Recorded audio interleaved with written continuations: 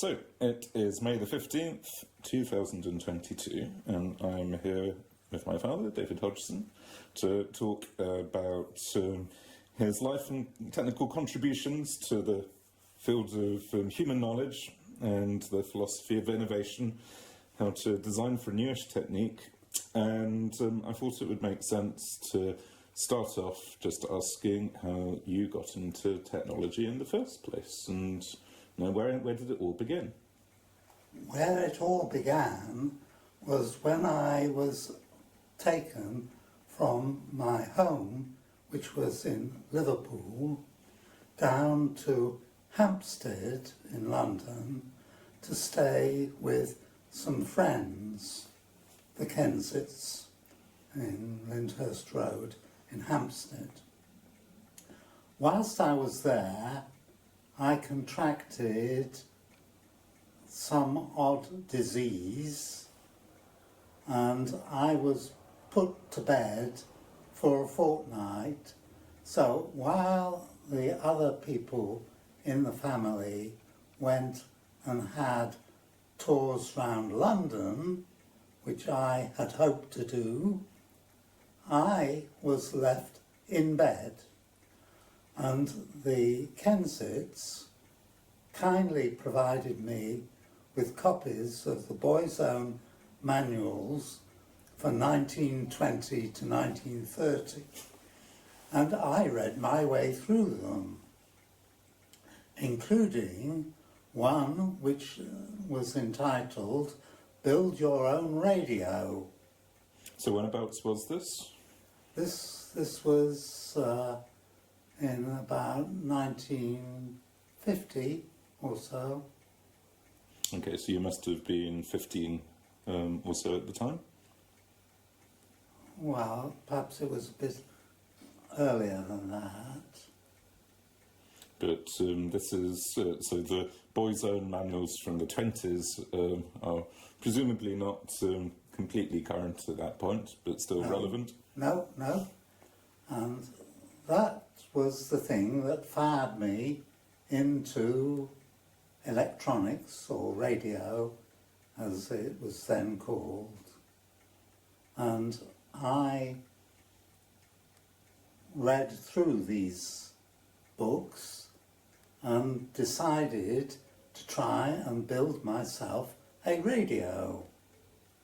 And luckily, Mr. Kensit kept a whole lot of bits and pieces, and he had an extremely old Geckophone radio in the basement, which he kindly donated to me, which was an extremely good start to what turned out to be a career in electronics.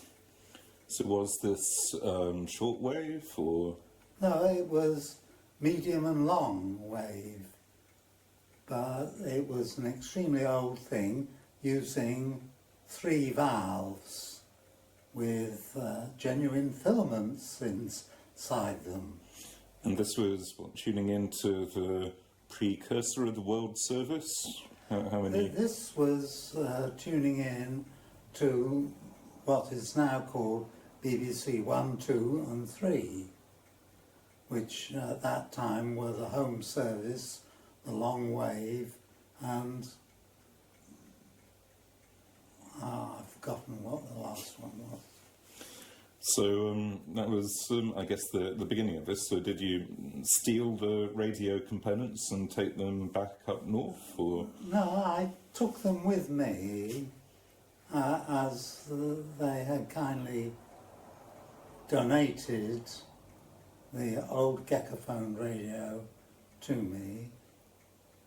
And once I got back to Ainsdale, near Liverpool, I started to build the radio according to the instructions. And that's what set me going on this career.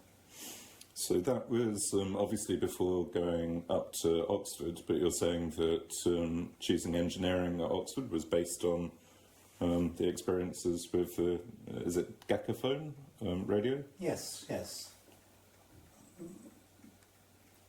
Although I was at Merchant Taylor's school and I came across a very friendly person by the name of Norman Lipman, who was also at Merchant Taylor's and who also had an interest in radio.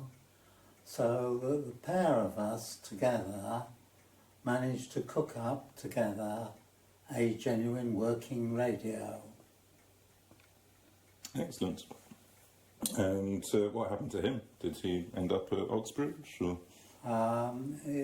He is actually living here in Oxford, up in Boars Hill. Obviously. What a small world.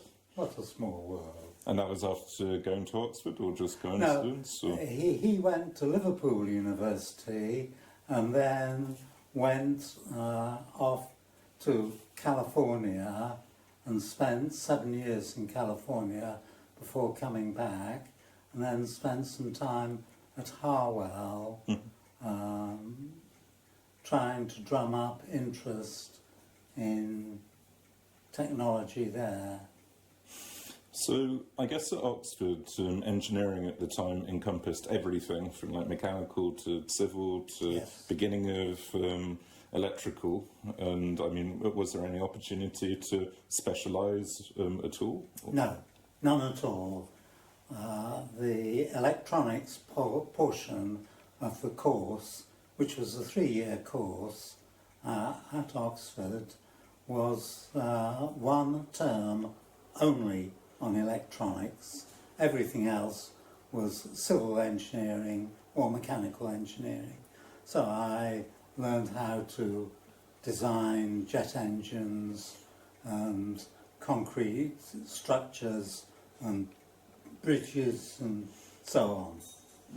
So how did you go from the electrical aspects at Brasenose through to actually working full-time in radio?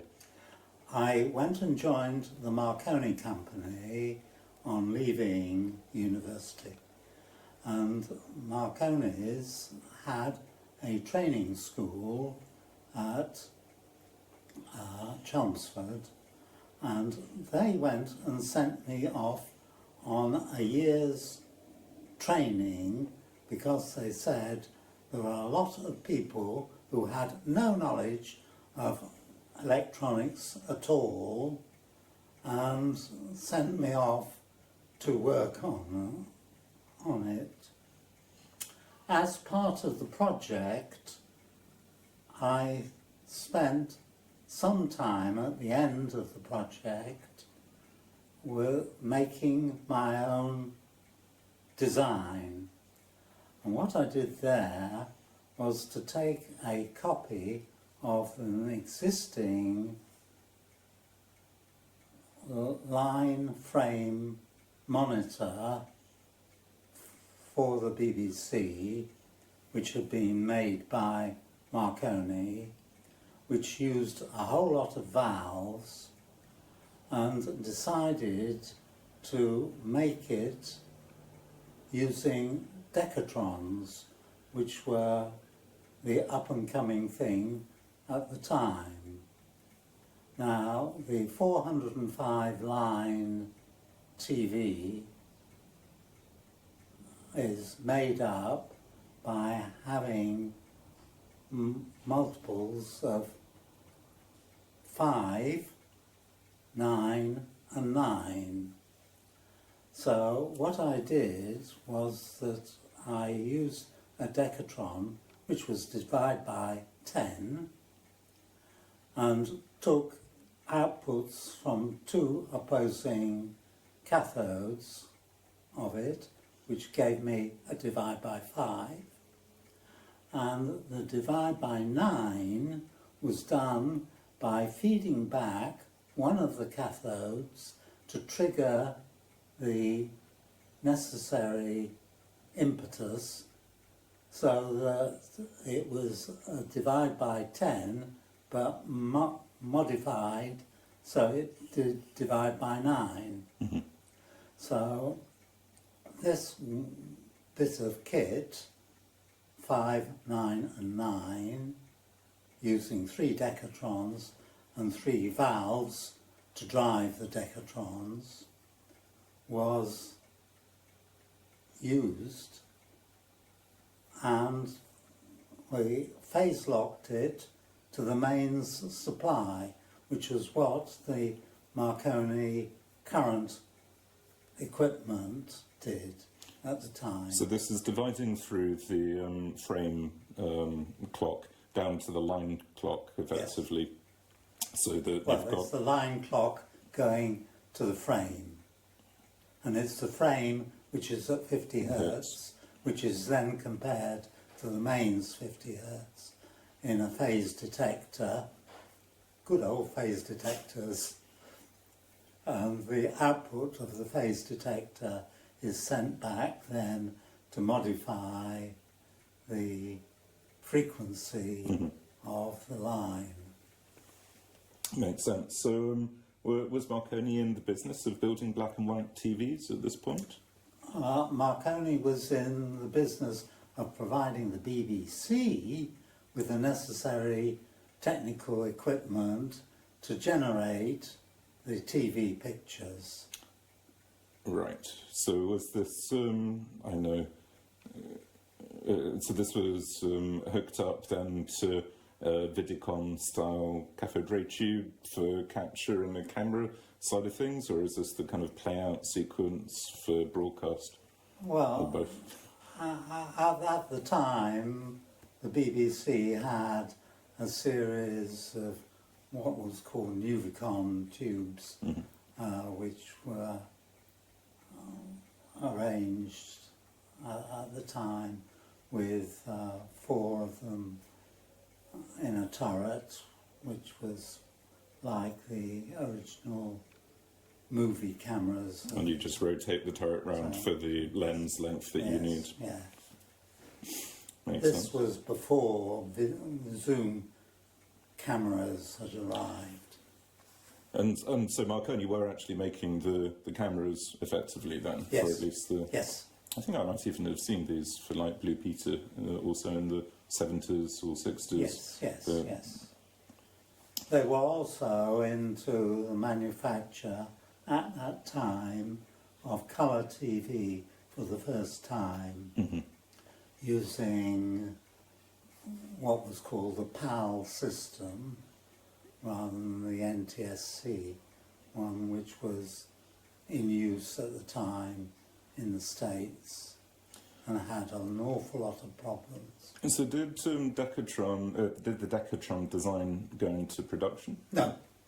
So it was more just a training exercise to... It was a training exercise, and I was very interested that we had an awful lot of visitors to Marconi College, which was the name of the establishment. And we had a lot of visitors, and they all came round and were shown off this example of innovation. So why was it never productionised? Because it just didn't happen. There was too much inertia. There had been too many valve equipments. I mean, the valve equipments to do the same thing were dividing by 5, which was a divide by 8 with fed back, and then 4 lots of divide by 3s. Right. So other than reducing the number of components and presumably... Well, there's sort of 32 valves were needed. As opposed to 3 plus 3. What were the Dekatrons? Were they not valves too? Or is this... Yes, they were valves. They were...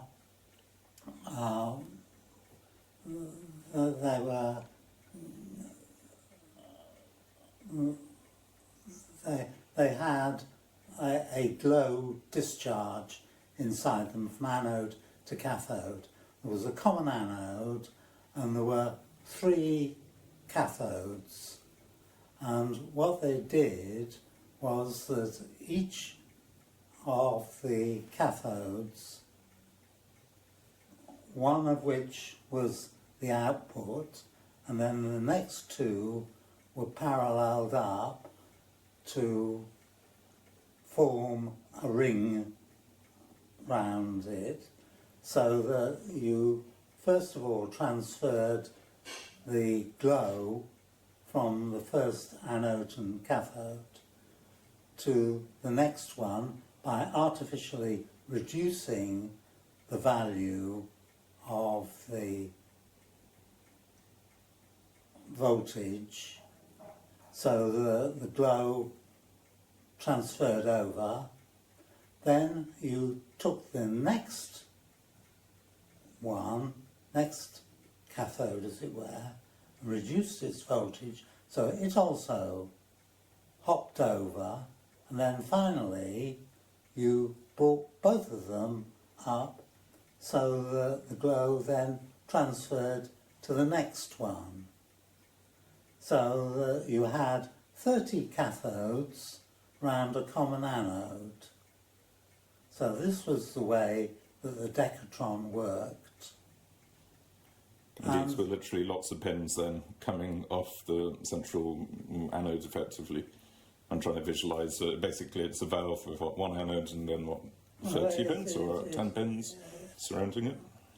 All the 10 first cathodes were commoned together, as were the second cathodes were commoned together. So you had effectively a 13-pin output, 1 for the anode and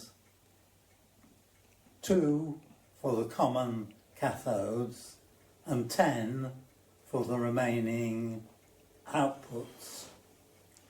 They were originally designed by Ericsson for the telephone system, and the idea there was that as the digits on the telephone system were all 10-based, then the Dekatron could be used to select whichever one was needed.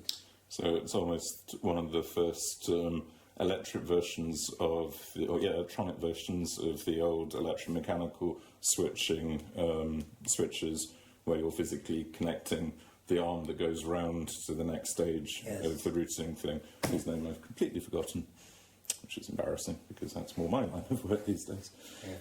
Excellent. So, we were talking about Dekatrons and novel 405 line TV capturing systems back at Marconi College, and this must have been 57 or something? 58? No, 54. Okay. Because it was, no, a bit later than that. Yes, it was 57. You're right. And so that was a year of kind of apprenticeship to learn the ropes. It was to be trained as electrical engineers or electronic engineers at the time, and it was all based on valves and that technology.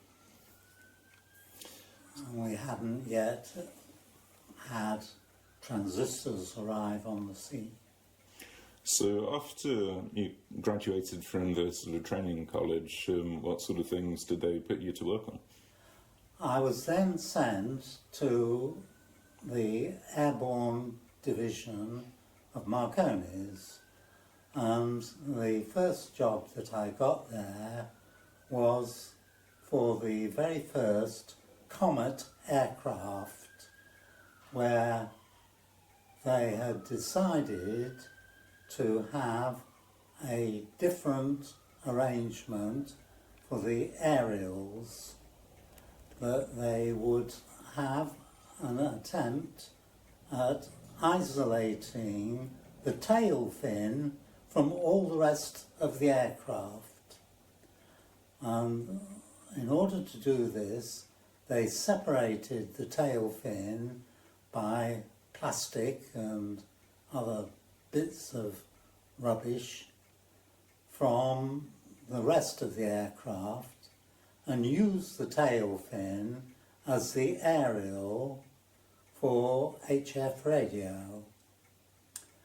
And I was given the task, or I learnt the techniques of aerial tuning with the Airborne division. The original Airborne ATU was an all-valve job using relays, the Post Office 3000 style relay, and using 400 Hertz motors, which was the current frequency used on aircraft at that time. And that's where I learnt about the difficulties of covering the range of 2 to 30 megahertz with an unknown aerial. And presumably, I mean, was literally the metal of the tail fin being used as an aerial? It was. Wow. So it wasn't as if there was a piece of wire that was strung over the top of... Oh, no. They tried to get rid of the wire completely because they feared that with the Comet aircraft going at such a high speed that the wire would be a definite disadvantage. Interesting. Wires had been used on Lancaster bombers and all that sort of thing in times gone by. But for the Comet, the idea was that they would try and have a go at stimulating the tail fin as an aerial. So did it work? No.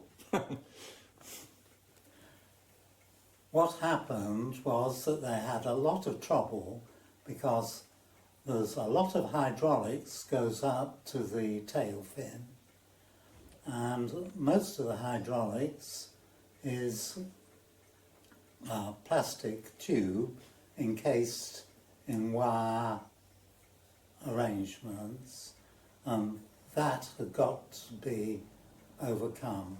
There's also an awful lot of light structure on the tail fin as well for warning off other aircraft and providing all sorts of other facilities. So this was the main reason why it failed.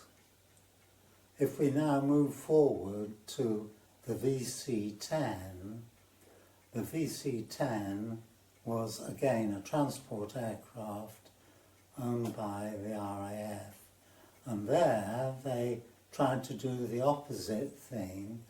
They cut a notch into the aircraft and then tried to generate the electricity for the whole aircraft by using induction to get the whole aircraft to resonate.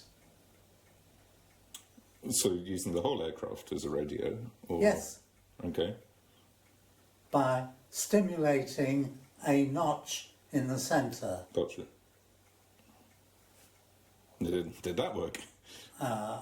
It worked to a certain extent. The major difficulty there was that you needed a vacuum capacitor to tune out the inductance created by the loop, and that was a very difficult concept to make a variable vacuum capacitor. Right. So just stepping back a bit to the tuning units, which were valve-based for the Comet style design, you said they were running at 400 hertz motors. So that's 400 RPM, or? No, 400 hertz, so that they went actually at about 20,000 RPM and had to have reduction gearboxes. Right. 20,000 RPM seems crazy. And incredibly high revolutions per minute. And this is used for tuning on the Comet or equivalent. Isn't that going to cause like gyroscopic effects if you have things spinning around at 20,000? Fairly small motors, so no problem. Okay. It feels terrifying though, but thinking of a sort of modern hard disk which is running at 15,000 RPM before Yes. they gave up and started using SSD everywhere rather than spinning Rust. So this is what, a stepper motor that is just being driven. I'm still failing to do the maths on this. So this is 400 hertz with what, 8 steppers or something on it? That is It wasn't a stepper motor, it was a conventional brush-based. AC motor. Okay. It had to be an AC motor so that you could have a squirrel cage style armature on it. So the rotary thing was just static, no brushes, nothing like that, because brushes were a no-no on going high in the sky. Why so? You couldn't afford the sparks or anything like that, and they had a very short life. So it's basically just a magnet inside a bunch of coils, and Yes. the coils are pulsing at 400 hertz, Yes. and that manages to spin the spindle up to 20,000. Yeah, Terrifying. I can do the calculations for you. No, I don't. I don't mind the calculation. I was just checking that I was understanding. The sort of ballpark, because I have to admit So that it's 400 times 60, yes? because it's got turns That's every 60 minutes, which gives you 24,000 RPM. Yeah, and that was the error that I was getting my seconds and my minutes mixed up. Yes, okay, that makes a lot more sense. Yes, 400 hertz, 20,000 RPM. Yes. So, I mean, these things must have made like a proper wine as they went then. If it's going at, again, 400 hertz is what, almost concert A. So, Yes. So I have to admit, I hadn't realised that before we started talking about this. I just didn't realise that analogue tuning units were literally physically twizzling variable resistors in order Variable inductors and capacitors. in order to actually tune the radio, and that this Yeah. whole thing is a massive feedback system where you're basically building a robot to twiddle the dials in order to tune things in. Right? Yes. It just never occurred to me. So how did this work? How would you Right. converge from, you said it was what, a 2 to 30 megahertz range? Yes, yes. So what you had on the input lead were 3 detectors, one of which was the power detector to detect whether there was adequate power for the remaining 2 detectors to justify their outputs. Mm-hmm. The next two detectors were the phase detector, which was a very simple arrangement to detect whether it was inductive or capacitive, and the last detector was known as the Z detector, which was for the resistive portion. So that varied from 0 to infinity for resistance, and the phi detector went from minus 90 to plus 90 for inductance and capacitors. So you effectively split up the Smith chart into 4 sectors, yes?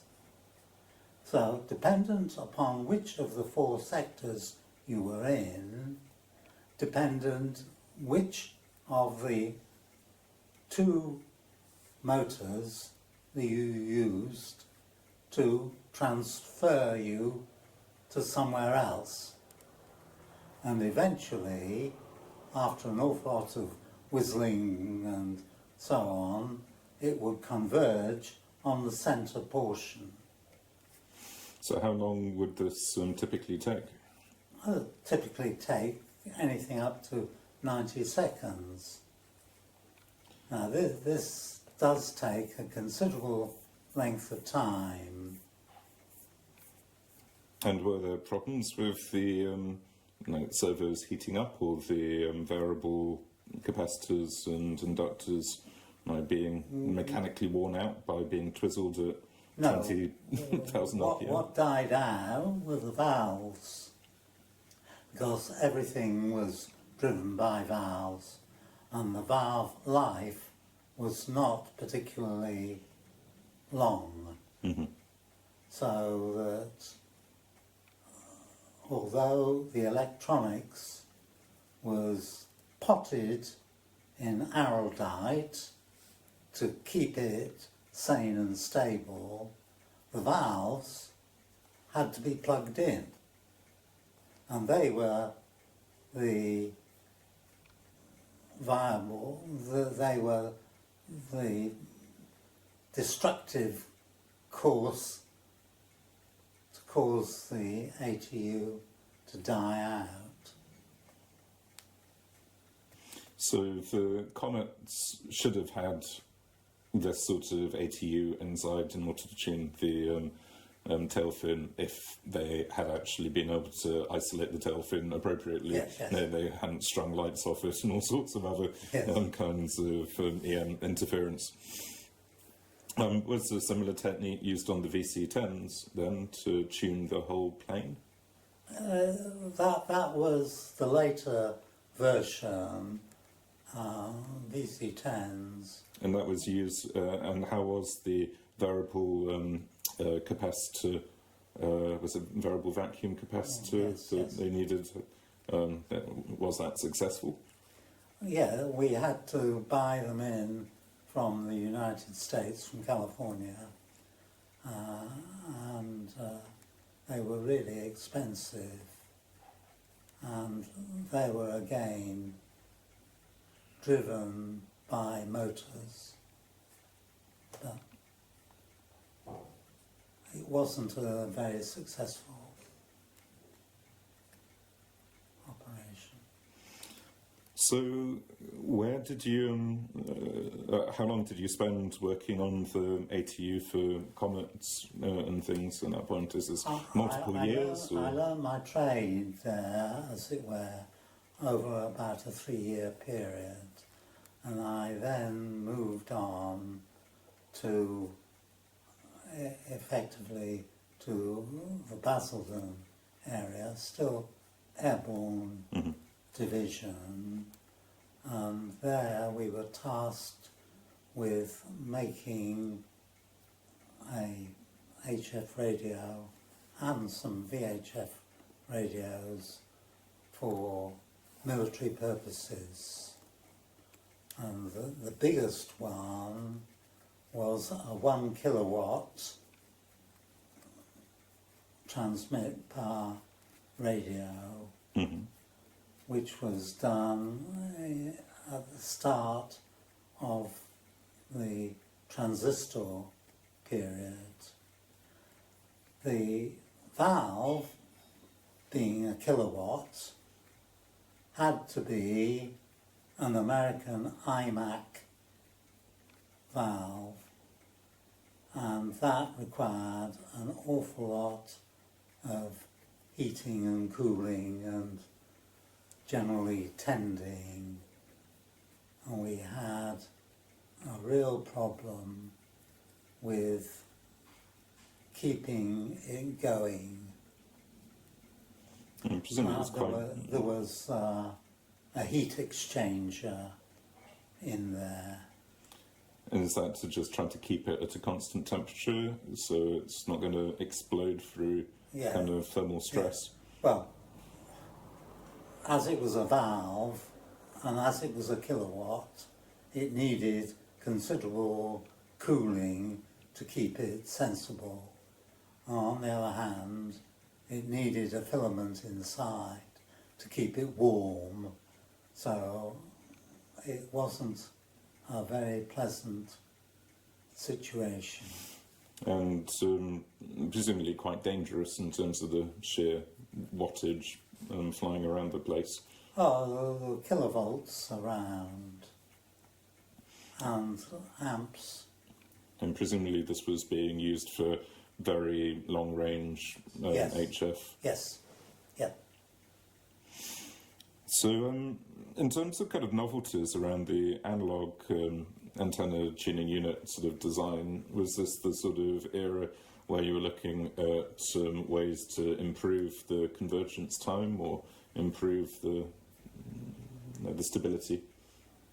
After I left Basildon, I moved to Racal, and my first task there was that they had contracted to provide a VHF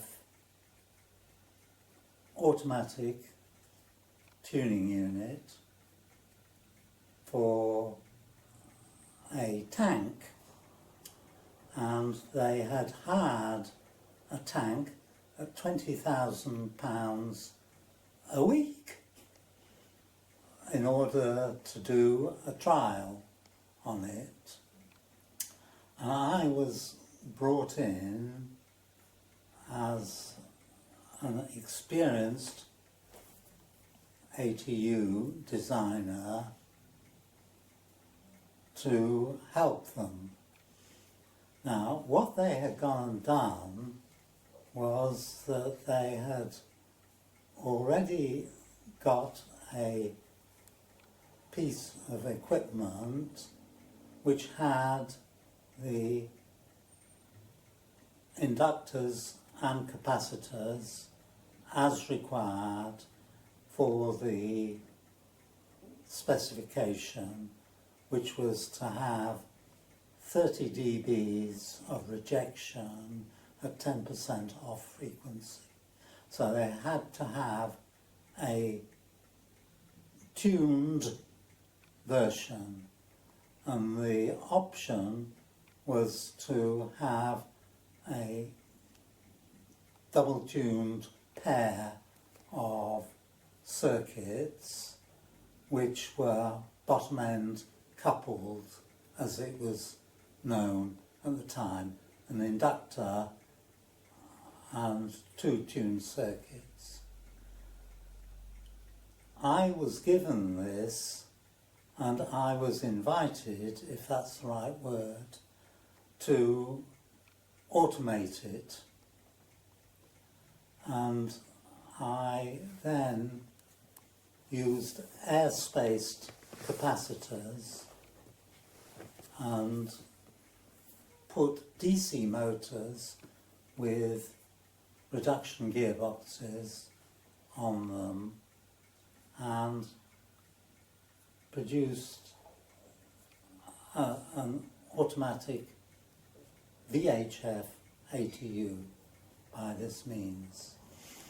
This went into production after we had a successful test on a tank against what was known as RSRE, Radio Signals and Research Establishment, who had sort of scoffed at the idea that it could be automated, and used exactly the same techniques as I had previously learned, that you used a power detector, a phi detector and a Z detector at the input end, and then allowed the various motors to find their own way home. So this would have been early 60s? Early 60s. And this is BCC? This is BCC. British Communications Company? British Communications Corporation. Corporation. And for the... Almost like the BBC, which was at that time the British Broadcasting Corporation. So it was deliberately a nod to the BBC? Yeah, well, a close approximation to it. And for the kind of VHF ranges on these tanks, I mean, is this what, 30 to 76 megahertz? Megahertz. And it worked? It worked. It went into production. It's known as the BCC 543, and at the last count, there were 20,000 of them made. Oh, well. And this is using DC stepper motors to... No, it was using straightforward DC motors. Oh, okay. Not steppers at all. This was using DC motors, and it also had the anti-hunt system that I previously mentioned in the splurge. Oh, we should talk about that. Where... So this is introducing another positive feedback mechanism in order to try to damp the existing positive feedback mechanism. Yes. So explain this. How does it work, and what was it? And was it built for this BCC radio originally, or was this Marconi technology, or?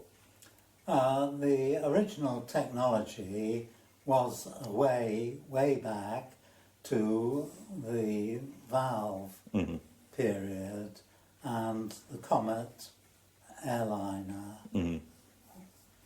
But I used it or adapted it for this DC motor and for the BCC 543. What happens is that you've got to have an extremely high servo gain, because the signals from the detectors are minutely small when they are way off tune. So that by the time you've arrived on tune, the gain has become absolutely enormous, and you need to have some means of damping out the gain. So that if you don't damp out the gain, what happens is the inertia of the motor, DC or AC for that matter, will take you past the correct tune point, so that the system then changes gear and tries to drive you backwards, and again overshoots the mark, so it oscillates around the correct tune point, but doesn't stabilise. So the way to reduce this is by adding an additional detector to detect the oscillation and to use that to build up the level of the servo reduction. Right, so you start damping the gain that you apply to the first order feedback using second order looking attuned to the rate of oscillation. Yes. Or the amount of oscillation. The amount of oscillation as well as the rate. Mm-hmm. Yeah? So you add in this by building it up until the oscillation stops. Yeah? Yep. When the motor will have stopped, probably way off the correct tune point. Yes? Mm-hmm. So what you then do is that you allow the build-up of servo reduction to ebb away so that the gain starts increasing again. So the motor then inches its way forward and ends up at exactly the right point with the maximum gain. So visually, you would expect it to go shooting off rapidly somewhere, overshoot and start oscillating, damp down, and then converge, badonk, onto Yes. the correct point afterwards. Yeah, absolutely. Very nice. So was that so on the BCC VHF ATU for the tanks? Was that valve based driving the servos? No, that was all transistors. Oh, okay. But was this using the same technique then on a transistor-based approach? So it's still driving DC motors, but in terms of...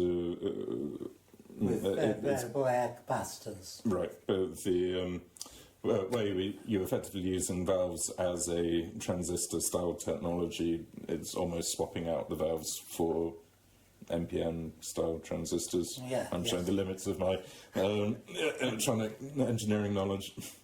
Yes, we actually had 3 servos made by using a MUA 741, a good old-fashioned thing with 2 NPN and 2 PNP transistors to switch it, and the whole lot was arranged analogue fashion, so that it behaved sensibly. So what happened next? What came after VHF ATUs for tanks using this tech? I recognise the fact that although analogue ATUs were the thing, it was clearly possible to make a digital version of the same sort of ATU. But this time we needed to have relays and inductors and capacitors, so that instead of having a continuously variable range of inductors or capacitors, we did it this time with relays, and they had to be vacuum relays again, because we got fairly high powers eventually to cover. So we went and bought in some very expensive vacuum relays, again made in California, only when there was no nothing in the air in California. They had a lot of trouble with floating about. Like smog? And Not smog, but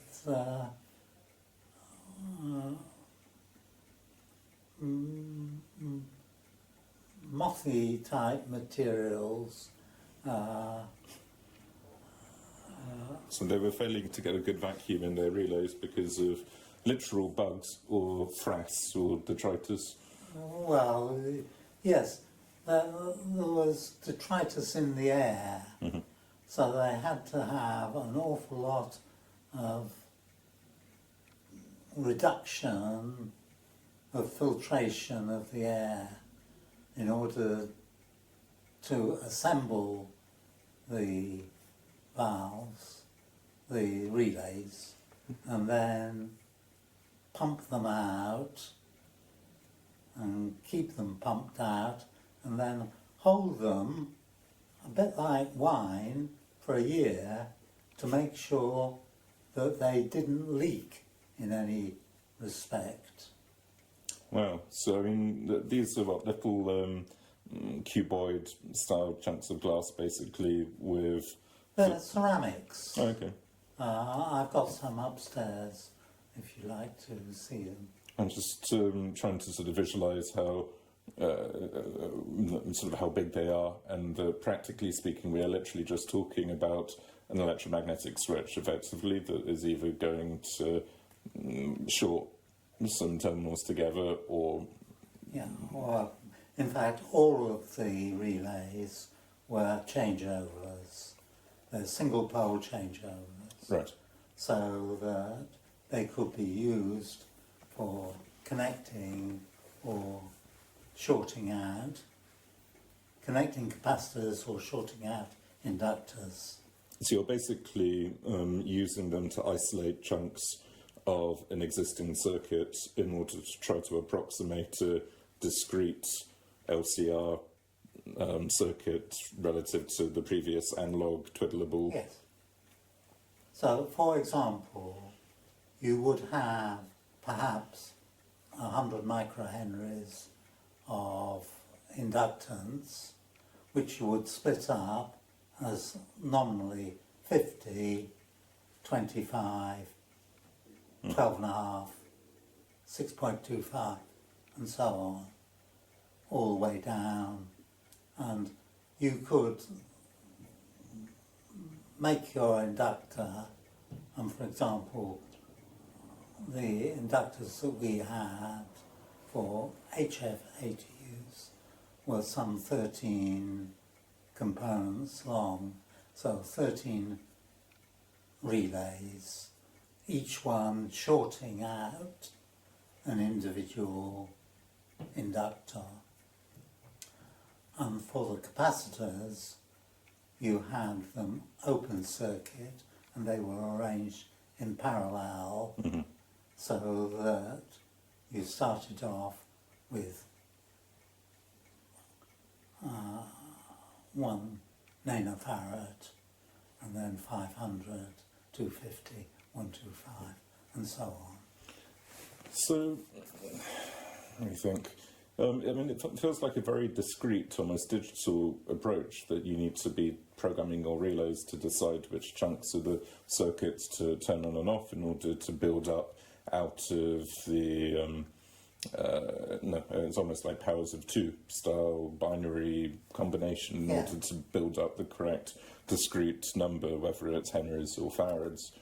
How do you actually drive the relays to select the correct combination if you know that you need to get 885 and have your 500 plus 250 plus whatever? 8192 for 22313. Yeah.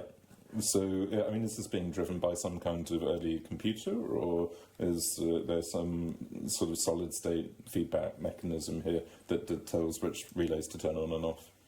Right. So what we did for the very first ones were the recognition that covering 2 to 30 megahertz, if you put the largest one in, which is what the Wheatstone bridge arrangement would do automatically, then instead of looking like an inductor, it has gone past self-resonance and has effectively become a capacitor. So you can't do that. So you've got to start from the other end and start off by putting in the smallest inductor and then followed by the next larger one and the next largest one and so on and so forth until you cross the margin where you expect the value to be. And after that time you can then proceed downwards using the conventional Wheatstone bridge arrangement. So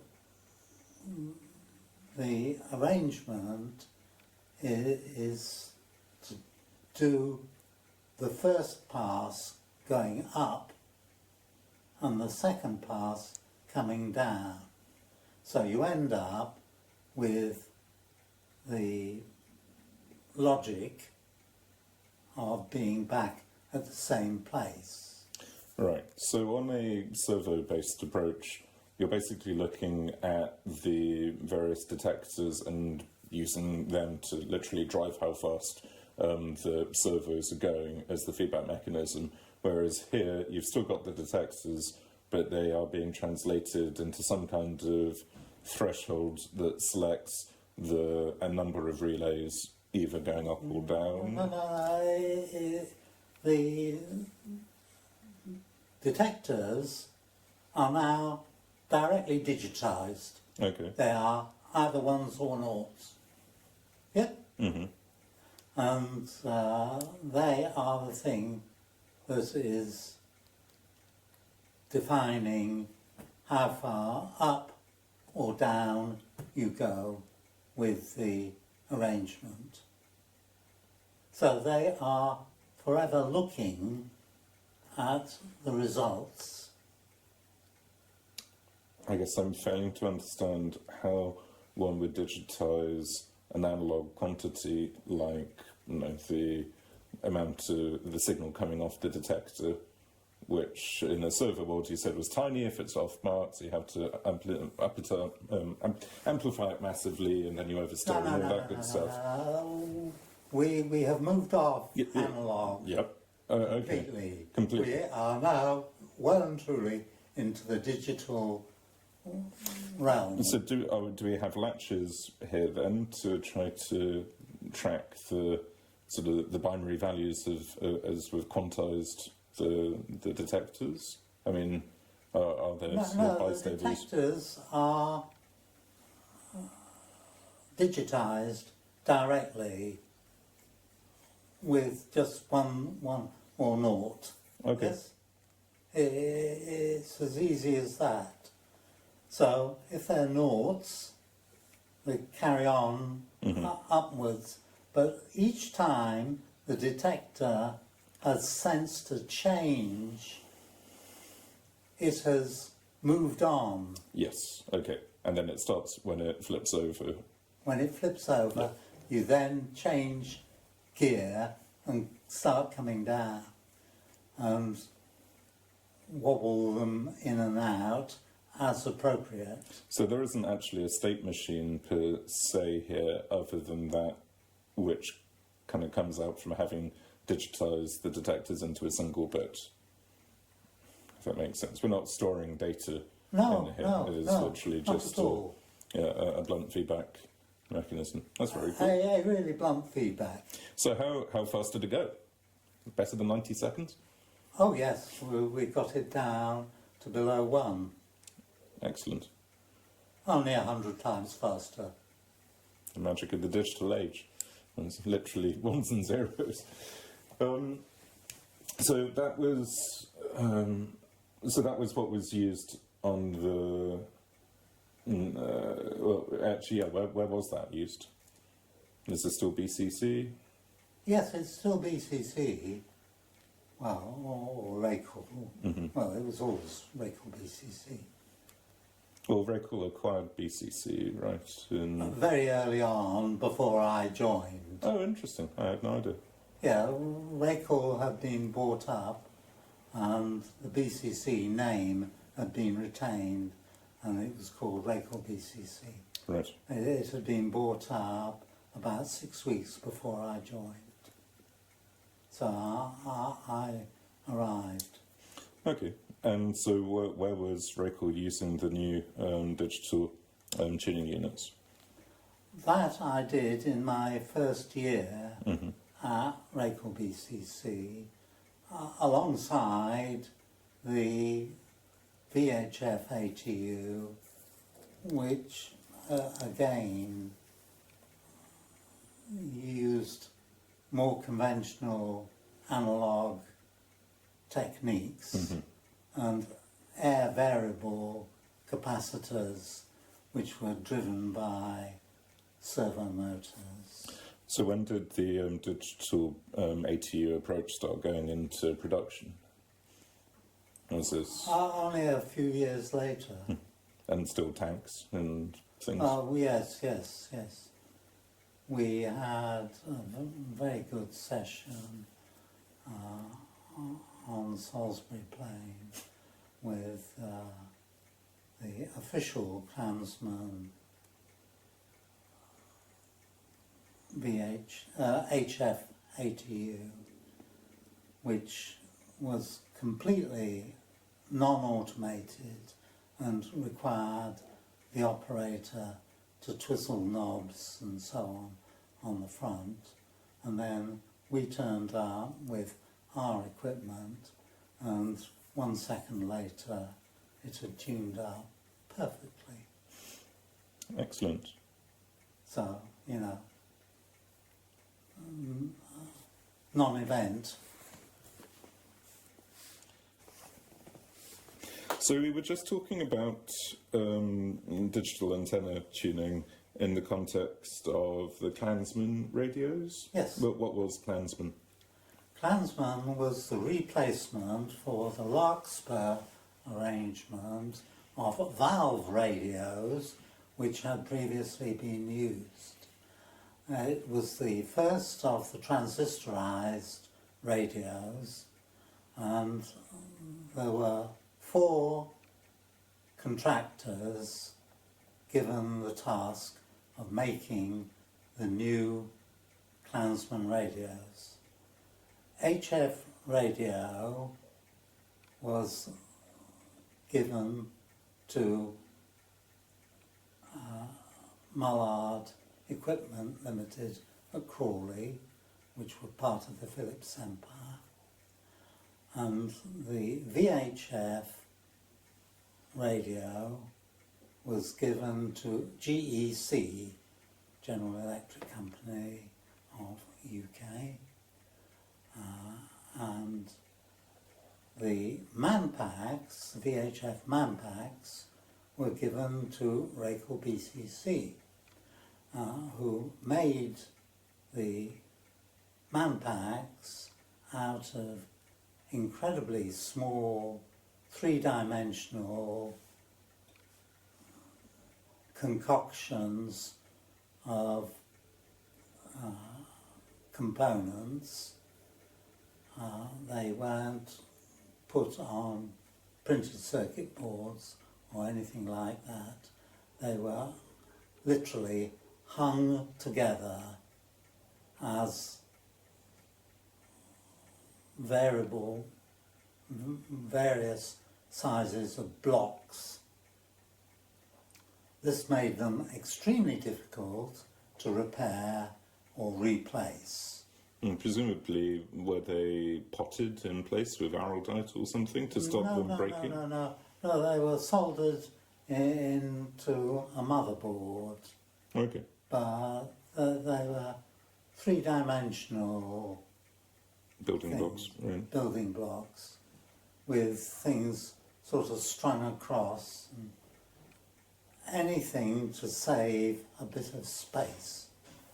gotcha. So this, Racal BCC saw an opportunity in managing to circumvent GEC with their Manpack, with their vehicle radios, by giving them Manpacks with an additional amplifier and an additional aerial tuning unit. And the aerial tuning unit had to be a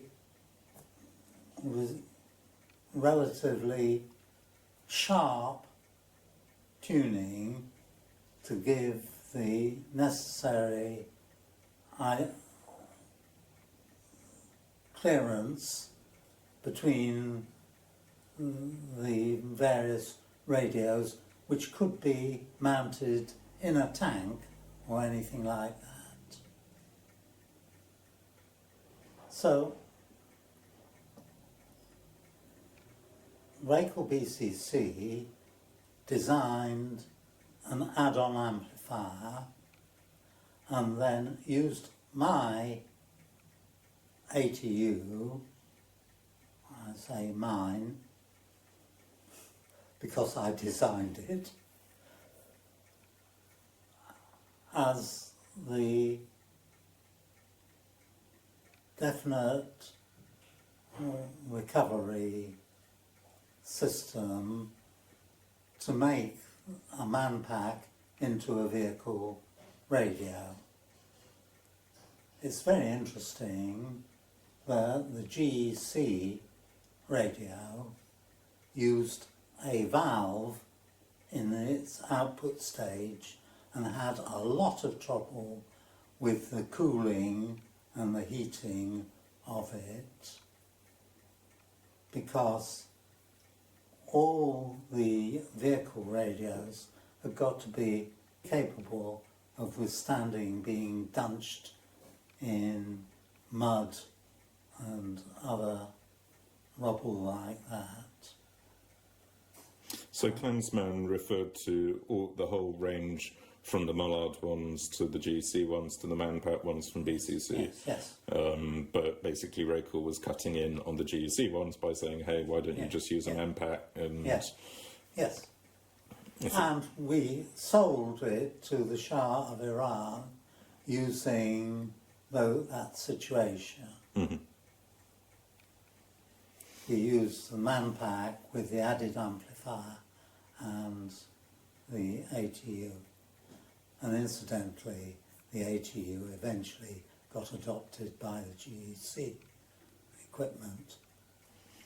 So that's how we sold a whole lot of them. You said there was a fourth member of the Clansman Yes. consortium, or is it consortium? Yeah, it was to make the HF Manpacks. Oh, okay.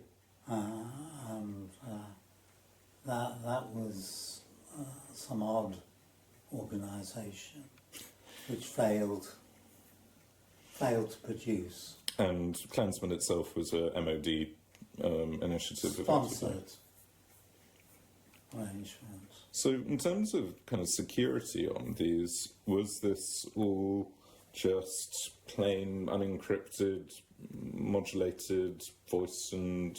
Yeah, it was completely okay. So completely plain text. Plain text. Presumably directional to some extent? No. You're just flooding it everywhere. And, Yes. So presumably using code books or something if people wanted to actually have some level of secrecy on the wire? Yes. It was blunt. Yeah. Really blunt. So what happened after that?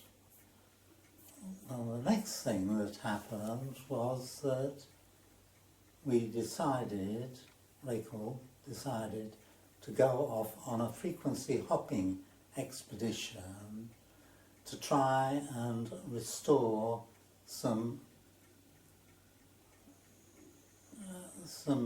security to the over-the-air transmission, because they argued that although normal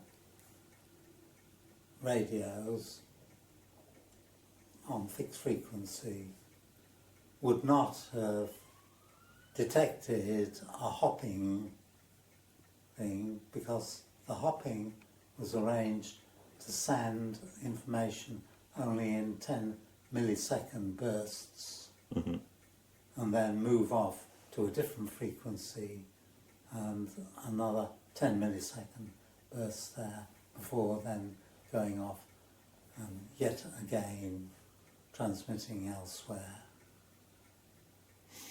So frequency hopping as a technology had been around for a while. Am I right in saying that Hedy Lamarr had some input in creating this? Does that ring a bell? The actress? I know nothing.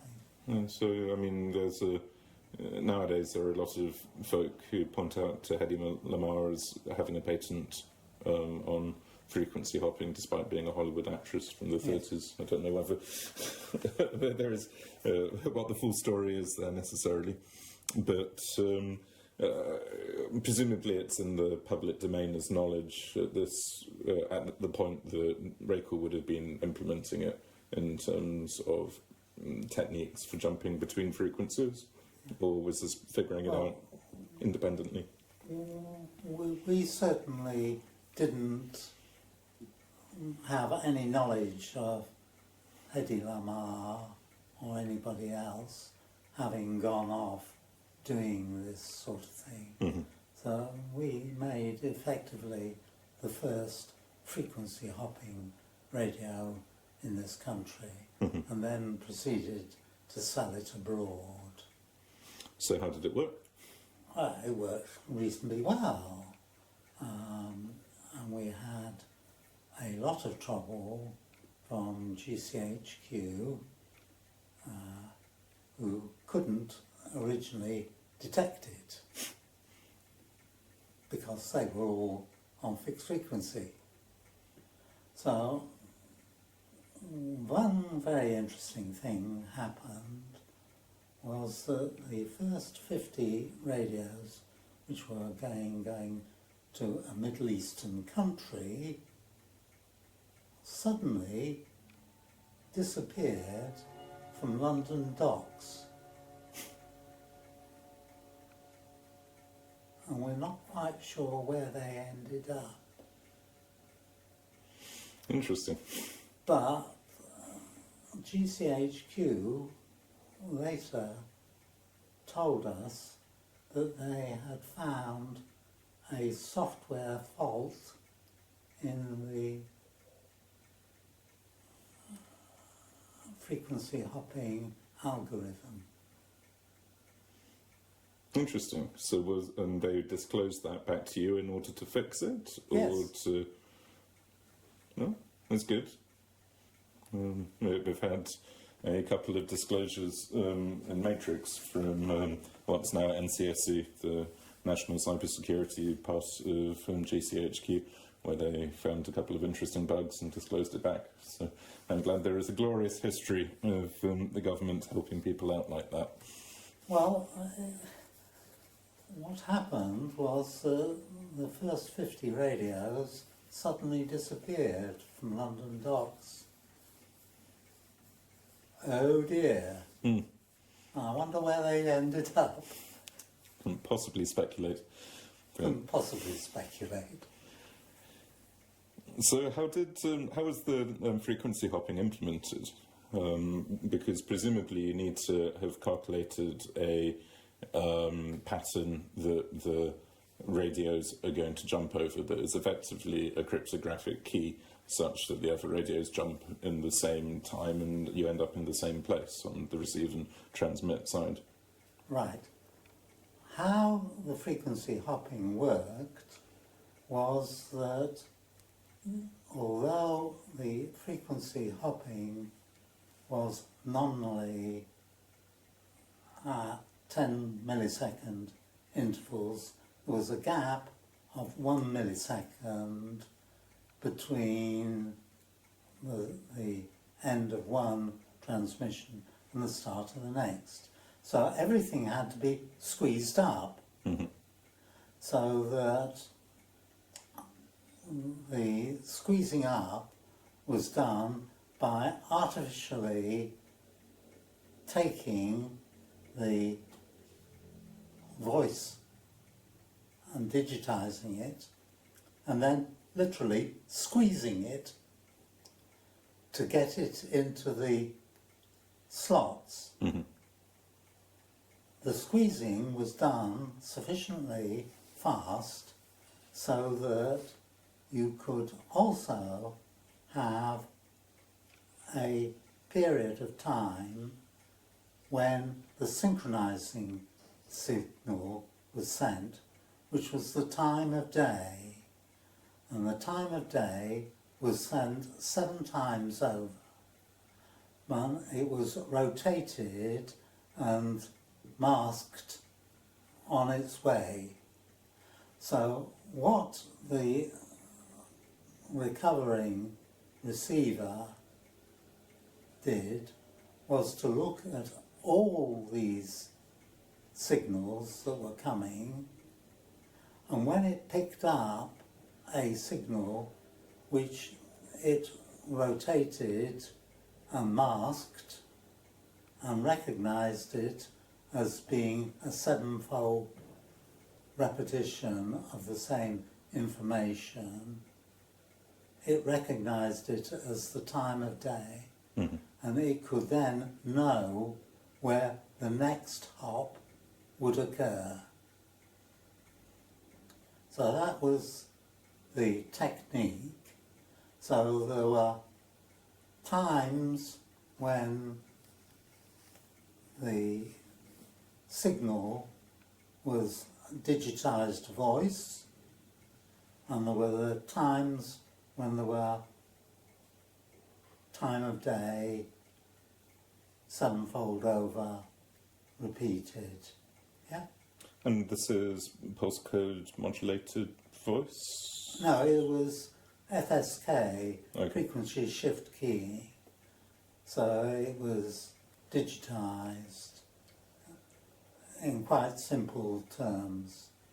So the voice was digitized, and you just had 1 naught type thing. At like 8 kilohertz or something? Well, it's got to be a bit faster than that, because it came down, the digitizing was done at 19.2 kilobits, and it was actually sent over the air at a 16 kilobit rate. Right, having squished it down. Sorry, the other way round. The original signal was digitized at 16 kilobits, and then it was squeezed to 19.2. Gotcha. In order to give time to hunt for the next Yes. frequency as it hops. So presumably this is integrated circuit based at this point. Yes, and was it's entirely, a CPU. It was entirely integrated circuit, and we used a CMOS microprocessor from RCA. And this was 1802. and it was an 8-bit. 8-bit, yes. Was this the one that I worked on during work experience at Racal? Well, possibly. Because there was excitement at the time that this was being re-implemented on Motorola chips, but the assembly language or the instruction set had been lost from the original processor. Does this ring a bell? And I think the RCA 8-bit processors, and so you had EEPROMs full of 8-bit code, but no way to disassemble the hex opcodes back into sensible mnemonics. No, I don't think that's the case. I think you're jumping ahead. Quite possibly. To the DSP32 and being replaced by the Motorola 56000. Was it the DSP32 whose instruction set would have got lost? No, we had it the whole time. I think the radio was a Panther 5. Yes, this was... that's consistent. And the Panther was using the RCA. No, it was using AT&T DSP32. I very clearly remember putting a logic state analyzer on a 16-pin dual inline processor, or 32-pin possibly, to look at the 8-bit instructions and the 8-bit, I think 8-bit data bus on it, to try to figure out what these things were doing. Doesn't matter. Lost in the annals of time. Yes. So, what challenges presented themselves with the arrival of frequency hopping? Well, the main thing was to get the frequency synthesizer to move fast enough. Mm-hmm. And in order to do that, we had to work at the frequency synthesizer and eventually design a custom chip to do the work, because there weren't enough bits and pieces around to stimulate it correctly on a breadboard or anything else. What we had to do was we had to create a system that would get to wherever it was going fast, and then to use a conventional arrangement to get it to stabilize well and truly. And this is similar to the problem that multi-floor lift designers have in getting a lift to go up to a particular floor and stabilize there so that it's not bouncing around and there isn't a step required. It's not a million miles away from the kind of original classic aerial tuning unit when you're hunting down on a single frequency. It's just that you're having to do it 100 times a second now to a different frequency every time, effectively. Yeah. So how did the custom silicon work? Did you already have a custom IC lab available at Racal? No.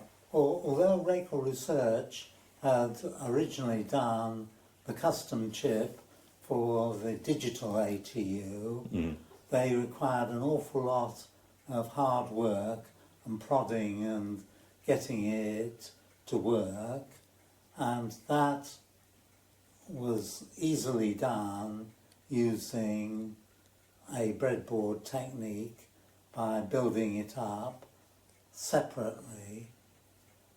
For the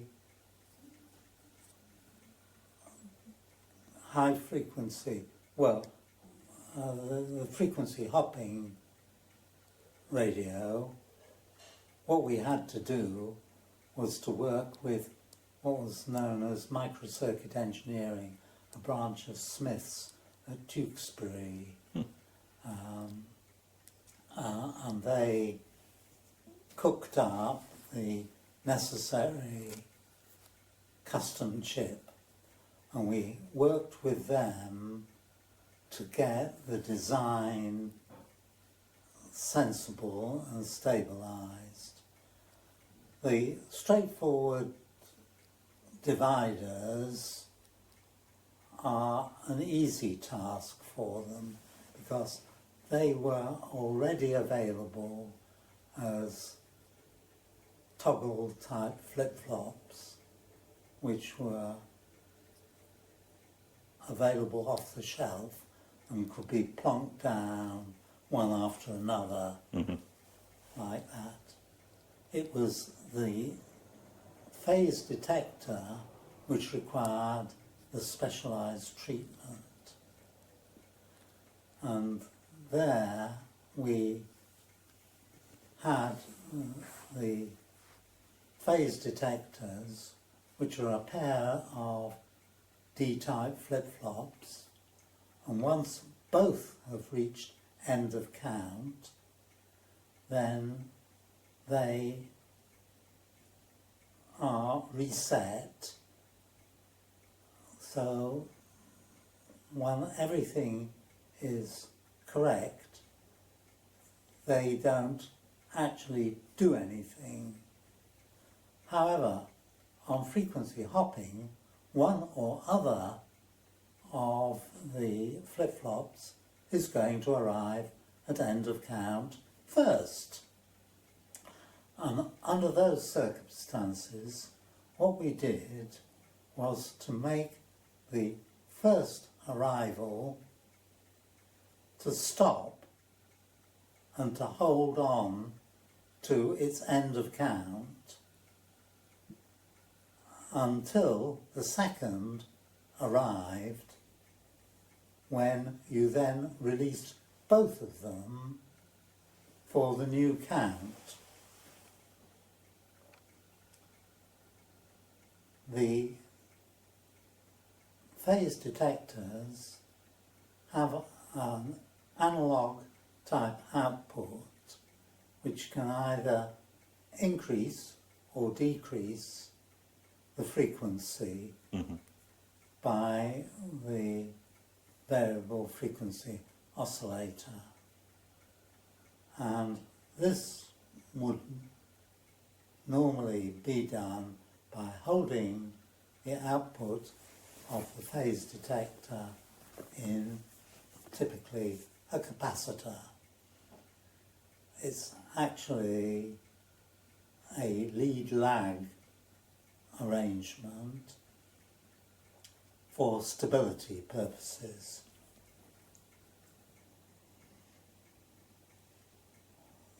When you are out of lock, i.e. one or other of the end of count detectors has sensed that you are out of lock, then you need to change the arrangement so the capacitor has to be left exactly where it is, and to short out the additional capacitor and resistor with a MOSFET, and at the same time increase the pulse power to the capacitor by a 5.5 times factor. This is where straight mathematics works for you. Once the detectors have become in lock, then you can forget about holding any of the counts, and the system automatically resumes being a continuous virtual arrangement, and the additional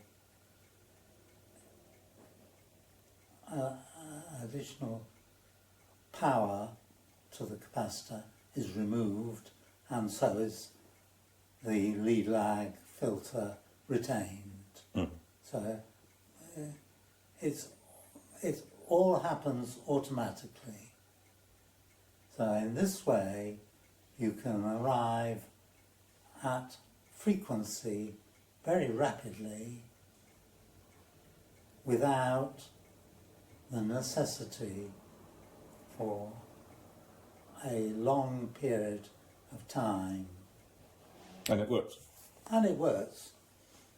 I mean, presumably it's very sensitive to any sort of small capacitance in the circuit at all. I mean, outside, or is Was it all happening within the IC, or is this? Well, you've got to have a voltage variable frequency source outside Mm-hmm. the IC, and the analog portion has got to be very carefully tailored to make sure that there's no interference on the wire that goes between the analog portion of the detector and the VCO, Right. voltage controlled oscillator. And presumably that was just very It's careful very sensitive, obviously. and very careful PCB design, just to try to shield it as much as possible. Yes, yes. Or to make it as short as possible. Yep. So where was the frequency hopping then first used? Is this in Clansman or No. so no. the next generation? It was the next generation. What was called Jaguar Right. in those days. And that was the brand from BCC, or was that an MOD project? It was a brand. It wasn't sold to the government at all in this country. It was sold externally to some of the oilier nations. Right. Well, why was Racal focused there? Wasn't just where the demand was at the time? Because I guess we're mid-70s now, or late 70s. So in the time of the Iran-Iraq war, which was 78 or something. Yes. And so Racal was just selling where the demand was. Well, yes. We were exporting everything. Clansman had been and gone, Mm-hmm. and we had provided them with all the kit that they needed. And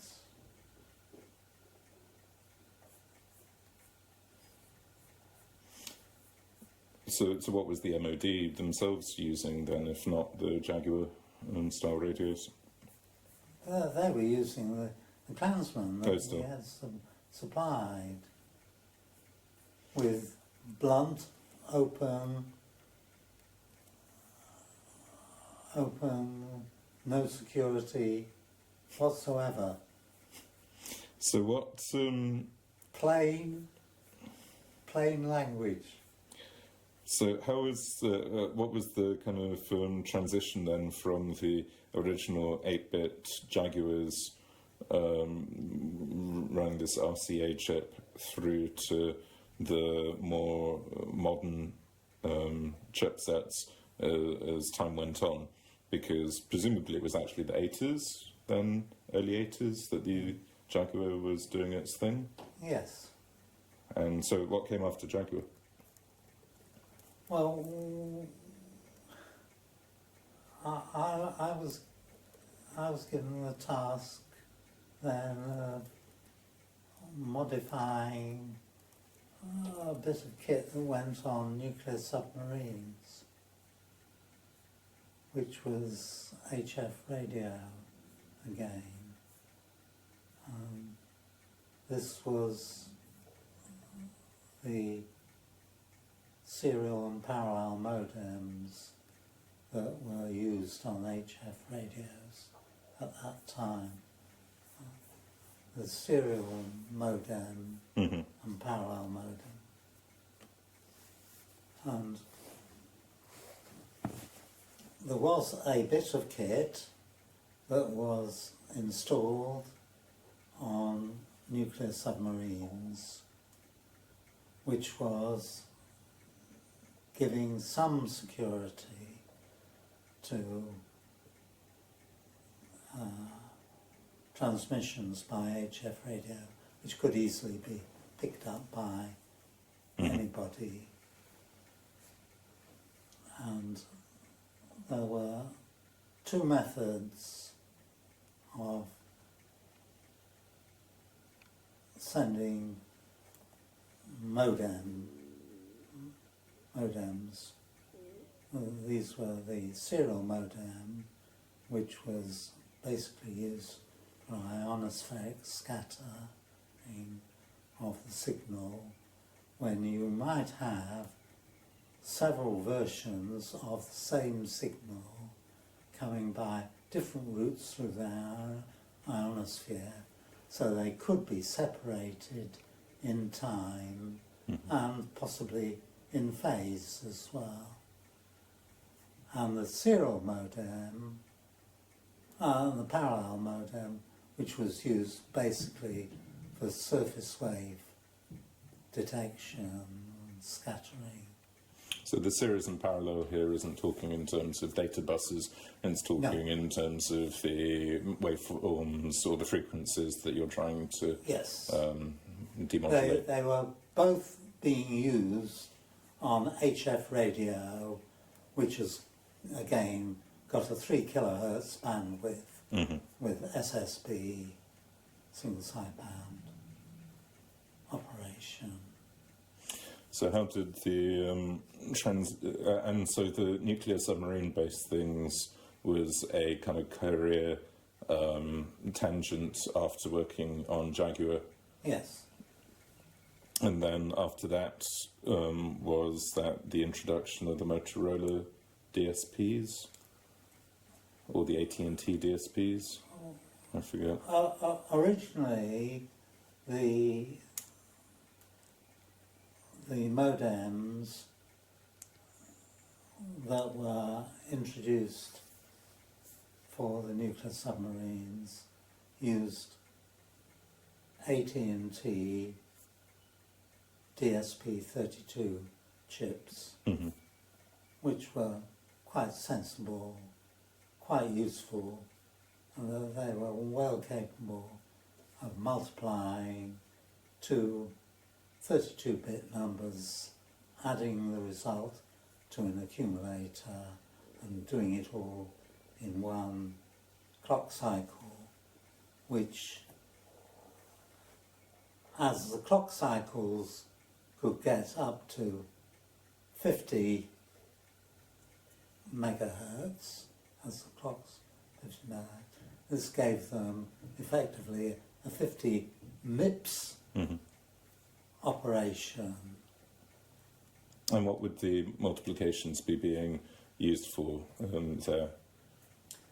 Well, the serial modem worked by creating a fairly long shift register and then taking the result of each shift register and multiplying it and adding it all up to create a second shift register which kept a tally on what the likely variation was for that particular position. And then, after one frame, as it were, everything moved down by one, so that you used the same information on the next bit. The serial modem worked by sending a series of 1-0 messages as a precursor to the real message. And that's what the serial modem was trained to do. The parallel modem used a 39-tone QPSK system operating at a 75 Hertz rate, because the chances are that that was going to be an okay and consistent message system. At the receiving end, the parallel modem used a fast frequency transform to convert the incoming signals to the frequencies which were of the 39 tones. Mm-hmm. So it took the analogue input and separated it out into digitized frequencies. When a change of frame occurred, then the QPSK shifted the phase of an individual tone by anything between 0, 90, 180, 270 degrees. And this is what was detected at the far end by comparing the previous frame with the current frame. And in this way, you get 2 bits of data on each of the 39 tones equals 78 bits of information across in 75 hertz. Mm-hmm. So 75 times 78 for the number of bits per second. Yes. I can do that one. It's 5,850 bits of good put through, I think. 75 times 78. Yes. 5850. So, I mean, that's not a huge amount of bit rate to play with. I mean, 5,000 baud. No, you've also got to be wary of the Nyquist criterion of making sure that you sample each thing fast enough so that you don't mislay anything.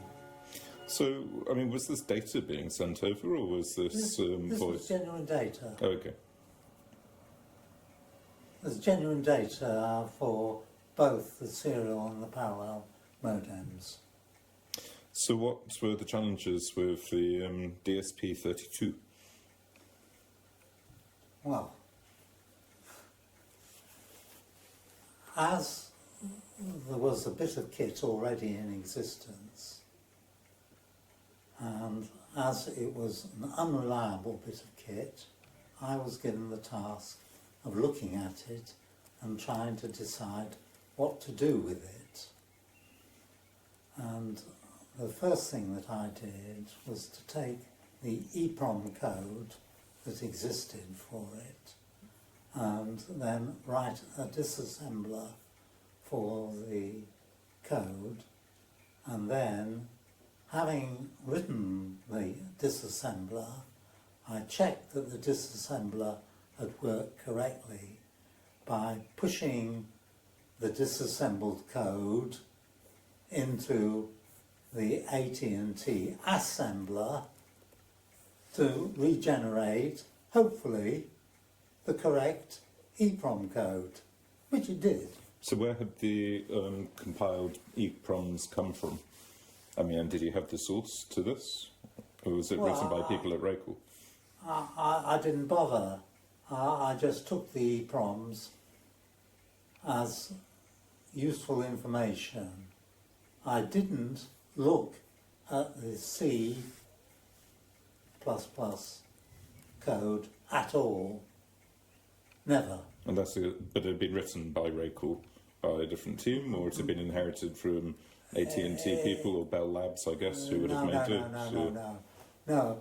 it had been written by Racal Research, Right. but they had subcontracted the writing of it to a team of software writers Right, I see. who used C++.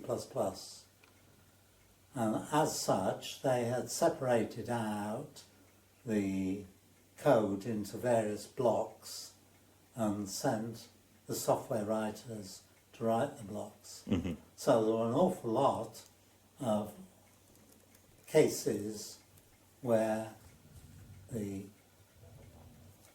code was called once and once only Mm-hmm. as a subroutine, because splitting it up into subroutines was an easy task for the team of software writers. But I took a look at the unassembled or disassembled code and took a look at the number of occasions when there had been a subroutine call, of which there were a fair number, and over half of them were called only once. Mm-hmm. So I said to myself, why have they only called it once? If it's only called once, I can shove it in of exactly the same size in the main program. Why not? So what was the sort of overhead of calling out to a subroutine on this thing? The overhead was the DSP32 has a prefetch cycle of 4 clocks. Mm-hmm. So if you have a subroutine call, then you lose 4 clock cycles straight away, and the return also loses you 4 clock cycles. So the call and return from the subroutine costs you 8 clock cycles at which nothing has happened. Mm-hmm. Absolutely zilch has happened. It's just waiting. And the reason you're looking at this is because the CPU just couldn't keep up with driving these shift registers? Yes, yes. The software was effectively overrunning from time to time, and it was proving to be an unreliable bit of equipment. And were they thinking about adding in additional CPUs, or? Yes, yes. The DSP32 from AT&T has a facility for talking to another one, because it's basically intended for use in telephone exchanges. And the 8-bit connection between the two is a parallel connection, and it's arranged so that you can share the load between individual DSP32s. Mm-hmm. So this was not a particularly good thing to do. Well, presumably it's going to double the power consumption Well, yes, and the cost. Yes. Racal Research had opted, because there was only one CMOS device available to load available for the input-output connections. They had opted to put in an extremely fast custom chip as an expander, and that custom chip expander was even more expensive, £600 for the RAM, and £600 in this day and age is quite a bit. Yep. Way back, 30 odd years, it really was expensive. So you went about inlining all of these subroutines. There was, what, 350 of them or something that Yes. were only ever called in one place? Well, half of them were only Okay. called, but some of the short ones were called multiple times.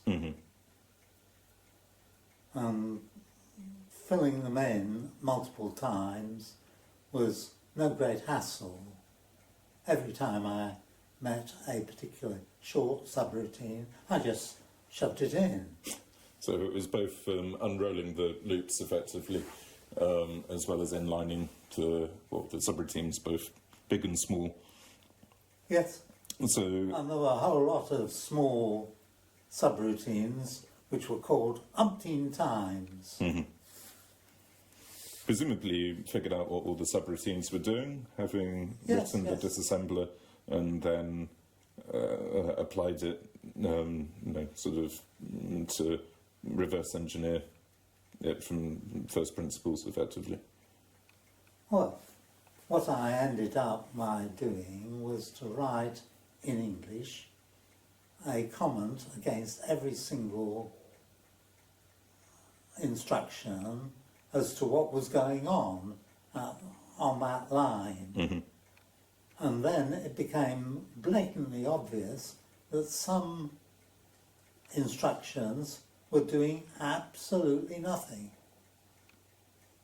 And there was testing and retesting the retesting again. So how much did you save?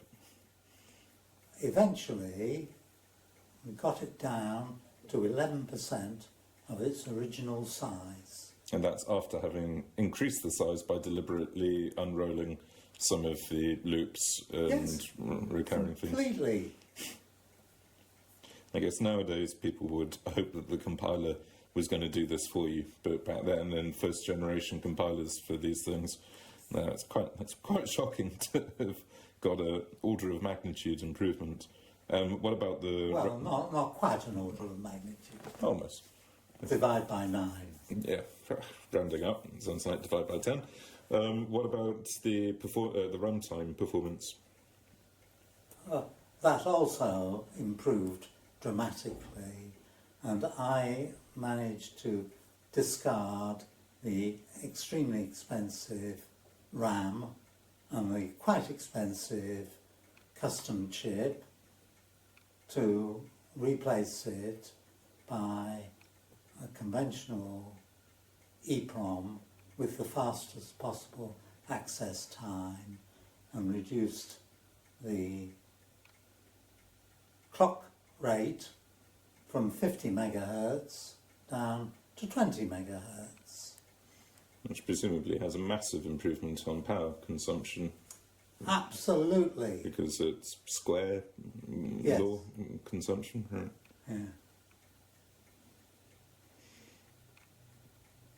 So the battery life presumably improved massively too. Well, the original equipment from Racal Research took 20 watts, and I got it down to 0.6 of a watt. Okay, that really is an order of magnitude improvement. It's slightly more than that. Yes. It's almost like 20 times. So, were there other sort of high-level optimizations that could be done, like around the FFT or anything? Well, yes. The FFT was arranged so that a conventional FFT will generate both positive and negative frequencies, and you later discard the negative frequencies because they are of no interest, because they're effectively a repeat of the positive ones. So you might as well not bother to do the calculation for the negative frequencies wherever they occur. But you've got to be a bit careful, because some of the negative frequency information is subsequently used for the positives. Mm-hmm.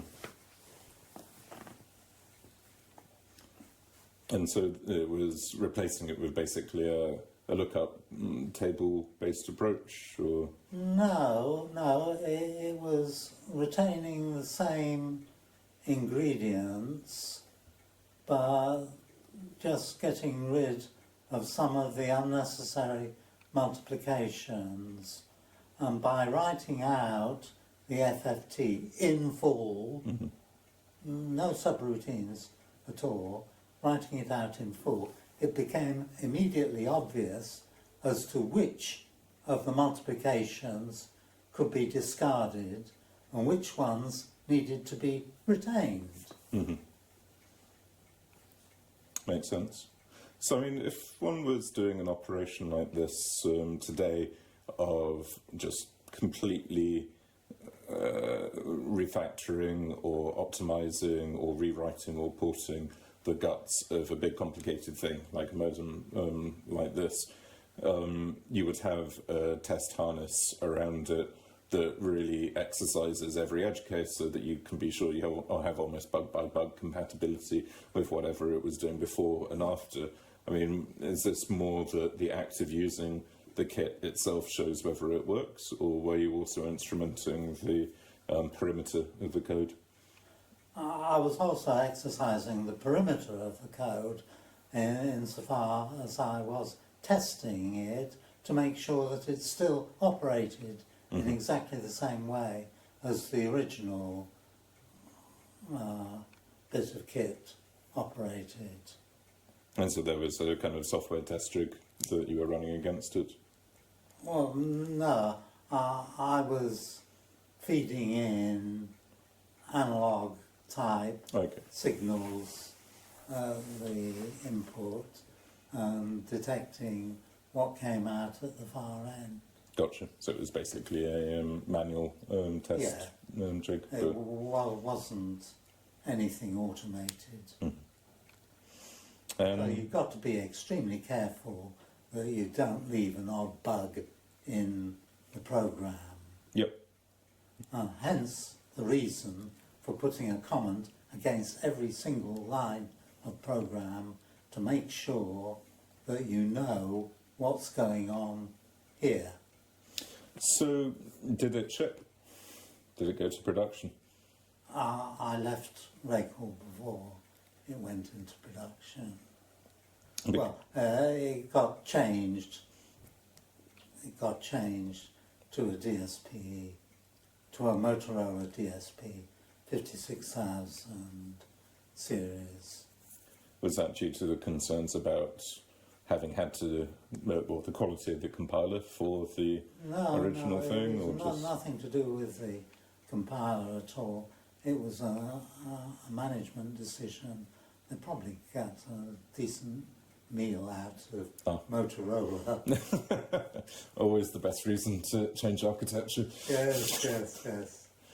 No, it's a shame that it never made it to production, but presumably it was effectively the same code base, but now ported in turn through to the Motorola 56000 yes. instructions. Motorola 56000 has got a completely different set of instructions. Mm-hmm. And one of the difficulties about the Motorola device was that you can have 3 different instructions in the same command line. Mm-hmm. It weaves 3 instructions together, so it's effectively 3 mini processors running at the same time. Mm-hmm. And if you don't send any instructions, it just stays where it is. Right. So you need an even smarter compiler to make sure that the various threads are being utilised as effectively as possible. Yes, yes. Very difficult. So would that have gone into the Panther radios? Yes, yes. And it is the Panthers that eventually shipped with the Motorola 56,000? Yeah. Well, I assume that that's what happened after I left. After I retired, sorry. Which would have been 90... 62. When was it? 62. Sorry, wrong numbers. I was age 62 at the time it retired, therefore it must have been... 97.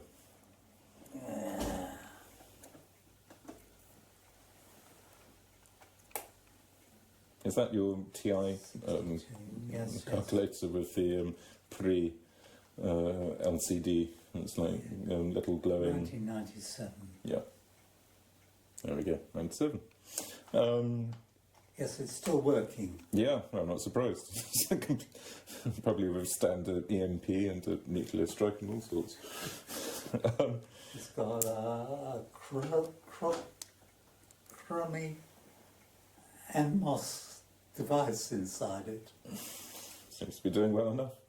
So we've done I think the entire gamut, all the way through from the 50s to the 90s, from analogue tuning with spinning servos at 20,000 RPM, all the way through to hand-optimising DSP code on a AT&T Bell Labs DSP32. Yeah. What have we missed? Any final thoughts or comments? The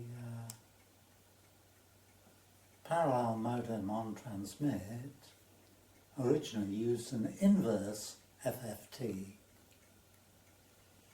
to generate the analog signal going out. Uh-huh. I thought, this is silly. It requires an awful lot of hard work. So what I did was to write one large table of sine wave into the EEPROM and use that to generate the 39 tones that were needed by just advancing the pointers on each of the 39 tones the appropriate distance down the sine wave. No, it sounds a and lot then more sensible. adding them together. Yeah, just linear synthesis of the sine waves at the right frequencies, and presumably they hardly took up any room in the EEPROM, plus they're nicely symmetrical, so you presumably only needed to store like a quarter of each... Well, no, I in fact did a complete sine wave. Okay. Because it was easy. Yep. And it then meant that the pointers, once they got to the end, were just wrapped round to the beginning. No, I didn't use a quarter and... Flip it. I think there was plenty of room in the EEPROM. Yeah. Plenty of room. I mean, these were, what, 27 256s or 512s or something? They've got to be 32-bit wide. Ah, right. So they were quite exotic. Yeah, of course, because we're quite ahead of the curve here, given it would have been starting in the mid-80s with the 32-bit DSP chips, whereas the rest of the world was going 32-bit with 386s and things in late 80s, 88, 89, or even early 90s. Any other things that we should have talked about? No, I don't think so. Well, thank you very much for taking me for a tour of your career and some of the very fun technical exploits along the way, and curious, what phrase did you use? A philosophy of innovation. Yes.